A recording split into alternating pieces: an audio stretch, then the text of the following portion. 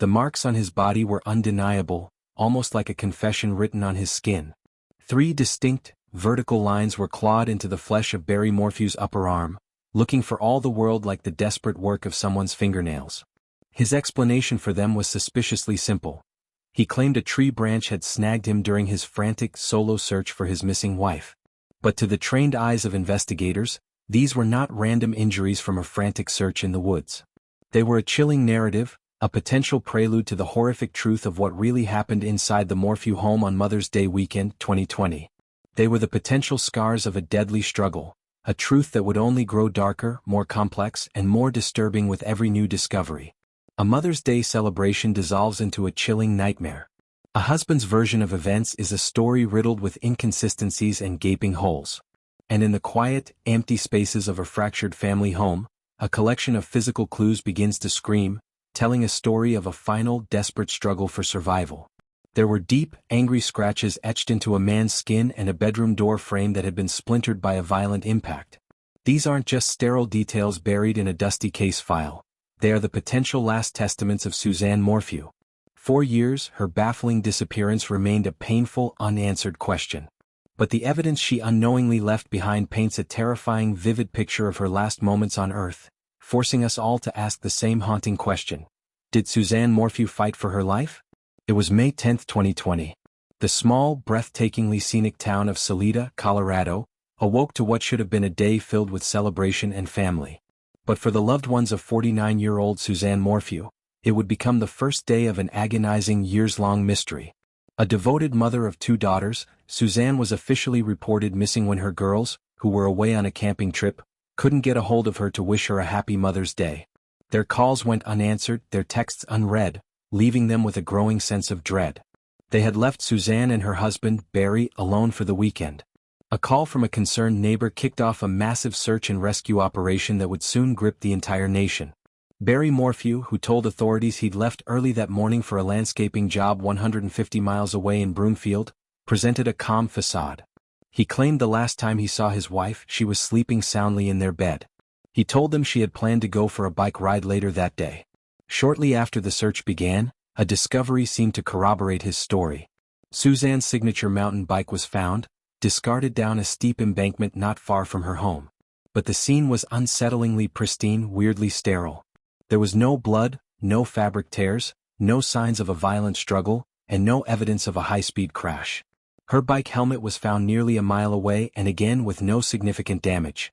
Furthermore, critical items she never would have left without, her sunglasses, her phone, and her Camelback water pack, were found sitting untouched in her car back at the house. This bizarrely clean, almost staged scene was the first of many red flags for investigators. It didn't feel like an unfortunate accident, it felt like a carefully constructed illusion.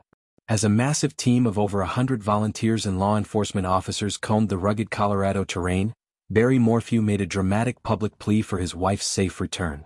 He even offered a $200,000 reward, no questions asked, his voice cracking for the cameras. But behind the scenes, a very different and much darker picture of Barry and his marriage was beginning to form, one that was a far cry from the perfect happy image he desperately tried to project to the world. The idyllic life of the Morphew family was, in reality, crumbling from the inside out. Investigators would soon uncover a treasure trove of text messages that revealed a deeply fractured, toxic marriage. 4 months, Suzanne had been confiding in a close friend, detailing her growing fear and profound unhappiness. "I feel no peace when he's here," she wrote in one heartbreaking message. In another, she confessed, "He's not stable. I would not feel safe alone with him." Just 4 days before she vanished, on May 6, 2020, Suzanne sent a final, decisive text to Barry, drawing a line in the sand. "I'm done. I could care less what you're up to and have been for years. We just need to figure this out civilly." She had apparently discovered Barry's alleged infidelities and, after years of feeling trapped and unhappy, had finally decided to leave him for good. She was also in the midst of a secret 2-year-long affair of her own with a high school friend. She had even purchased a spy pen to record her conversations with Barry, hoping to catch him in his own lies. The last known communication from Suzanne wasn't to her husband, but a smiling selfie sent to her lover on the afternoon of May 9, just hours before Barry returned home. The stage was tragically set for a volatile confrontation, and the evidence suggests it turned deadly. 3 days after Suzanne was reported missing, Barry Morphew voluntarily sat for an interview with investigators. As part of their routine procedure, they photographed his upper body. It was then that they documented the injuries that would become a central, damning part of their investigation: the prominent, vertical scratches on his upper left arm, along with other injuries on his hands that were in various stages of healing. Chaffee County Undersheriff Andy Rorick would later testify that the marks on his arm looked exactly like they could have been made by fingernails. Barry's explanation was dismissive. He was injured by tree branches while searching for Suzanne. But prosecutors saw something else entirely. They saw the defensive wounds of a woman desperately fighting for her very life. This terrifying theory was powerfully bolstered by another key discovery inside the sprawling Morphew house. There, on the wooden frame of the master bedroom door, was a dark, vertical crack. It was a clear sign of forced entry, of a powerful, singular impact. To be certain, investigators checked with the home's previous owners, who confirmed the damage was not there when they sold the house to the Morphews. When detectives asked Barry about it, he claimed he had no idea how it happened. But for investigators, the splintered would told a chilling story. They developed a harrowing theory of the crime: that Barry, perhaps after an initial attack, had chased his terrified wife through their home. She had managed to get into the bedroom and lock the door, seeking a final, safe refuge. The cracked frame, they believed, was the result of him breaking down that door to get to her. These two stark pieces of physical evidence, the fresh scratches on Barry's body and the damaged bedroom door, became the early cornerstones of the prosecution's case.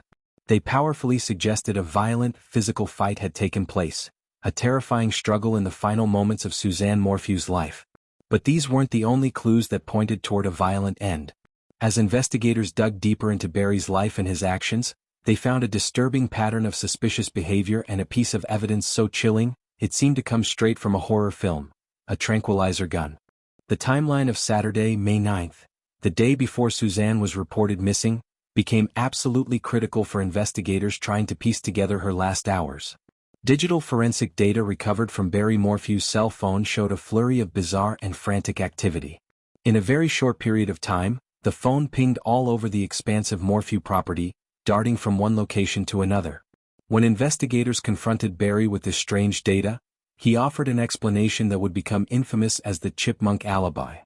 He claimed he was running around the property, armed, chasing and shooting at chipmunks, which he described as a constant nuisance that was destroying his yard. Investigators didn't buy it for a second. Their theory was far more sinister and calculated. They alleged that Barry had actually shot Suzanne with a tranquilizer dart, and that the erratic phone pings tracked him as he chased his terrified, disoriented wife around the house and property as she tried to escape, until the powerful drug finally took hold and she collapsed. This wasn't just wild speculation. During a search of the Morphew home, investigators found what they were looking for: a tranquilizer rifle and a supply of darts. And then, in a truly shocking discovery, they found a clear plastic cap from a tranquilizer dart needle inside the family's clothes dryer, mixed in with the laundry. When questioned, Barry readily admitted to being an experienced user of tranquilizer guns, even confessing that he used them to illegally sedate and de-antler deer. However, he adamantly denied knowing how the needle cap could have possibly ended up in the dryer. This theory gained even more horrifying weight years later, after Suzanne's remains were finally discovered. In September 2023, more than 3 years after she vanished, her skeletal remains were found buried in a shallow grave in a remote, sagebrush-covered area nearly 50 miles from her home. The official autopsy report, released in April 2024, delivered a bombshell that tied everything together. Her death was officially ruled a homicide. And while her remains were too decomposed to show signs of physical trauma like broken bones or knife wounds, the toxicology report revealed the silent killer. A cocktail of powerful animal tranquilizers, specifically butorphanol, azaparone and medetomidine, was found present in her bones. These are drugs marketed for immobilizing large wildlife, confirming she had been drugged before her death. This chemical evidence was the smoking gun that prosecutors had been missing. It directly connected the tranquilizer equipment found in Barry's possession to Suzanne's murder. The defense argued that such tranquilizers are common in a rural, hunting-centric community like Salida. But to law enforcement, the combination of the dart cap in the dryer, Barry's admitted expertise with the drugs, and his ludicrous chipmunk alibi, painted a clear and terrifying picture. It suggested a planned, calculated, and predatory attack, one designed to incapacitate Suzanne, making her fight for survival that much harder. While the physical evidence strongly suggested a violent struggle had occurred, it was Barry Morphew's own actions and his digital footprint in the hours and days surrounding Suzanne's disappearance that truly solidified him as the prime suspect in the eyes of the law.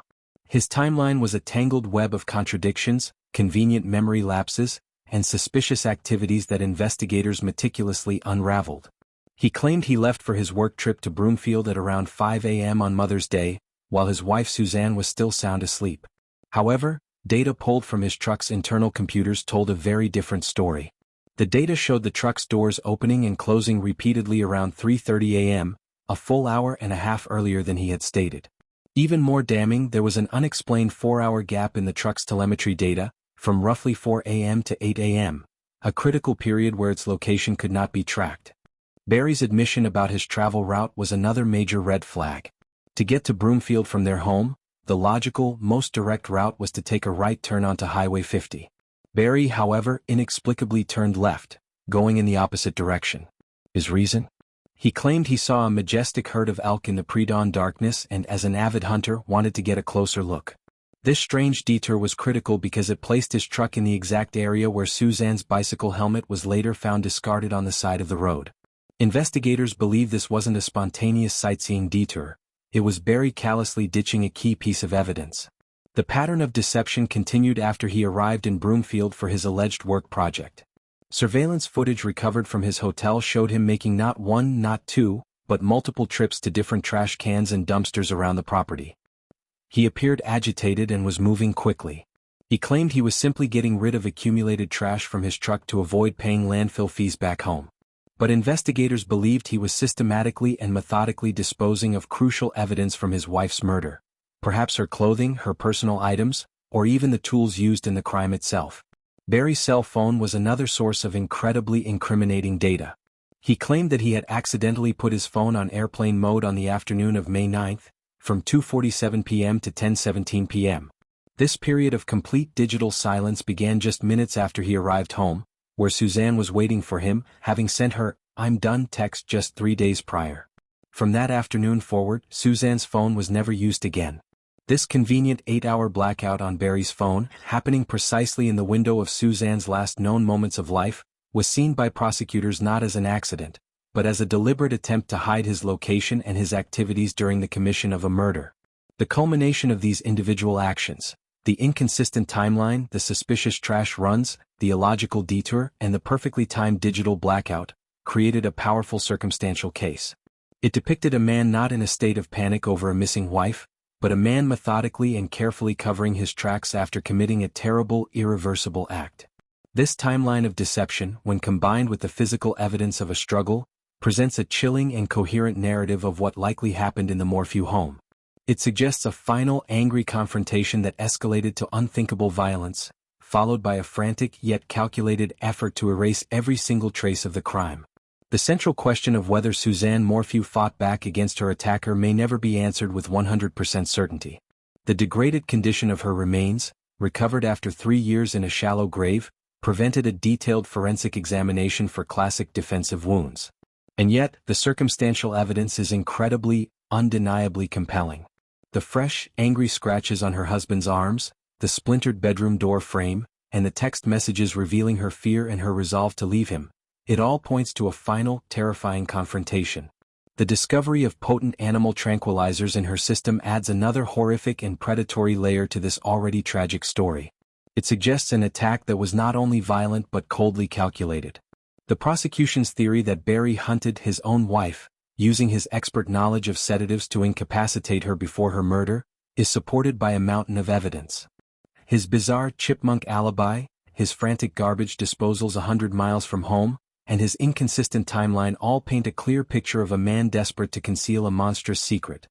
After a convoluted and frustrating legal journey, where murder charges were first filed and then dramatically dropped in 2022 due to prosecutorial missteps, the case took a major and decisive turn. Following the discovery of Suzanne's body and the damning autopsy report, a grand jury indicted Barry Morphew for first-degree murder on June 20, 2025.